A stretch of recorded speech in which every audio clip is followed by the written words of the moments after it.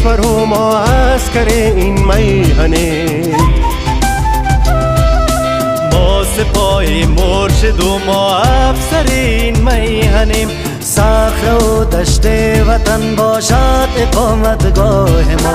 حارس این کشور الله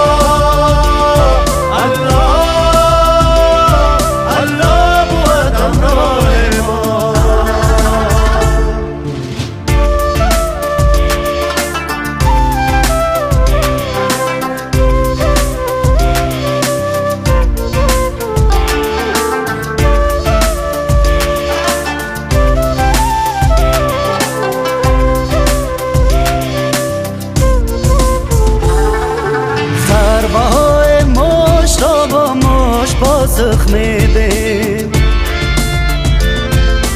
صد اشارت را با یک انگوش پاسخ میدیم. دشمنان این وطن را هر کجا سر میزنه. که به مشت و زور بازو که به خنجر میزنه. الله الله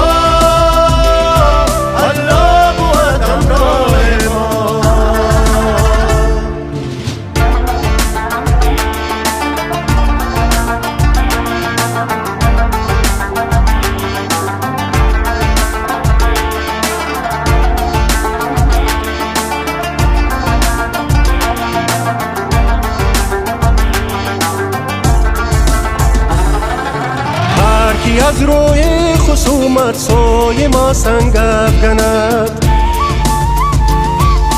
خویش را در شعله و در آتش جنگ افکند. میهن زیبای من تنها بهشت ما تویی. خواهش و عشق و امید و سرنوشت ما تویی. الله الله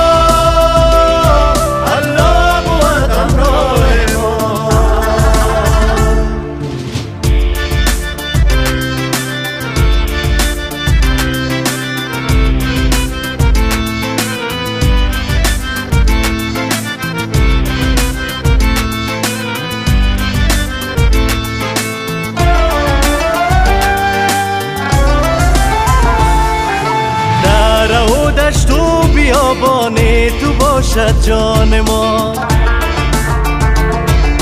خاک پاک تو به هر جا سرمه چشمان ما. ای وطن ای میهنم آباد میخوام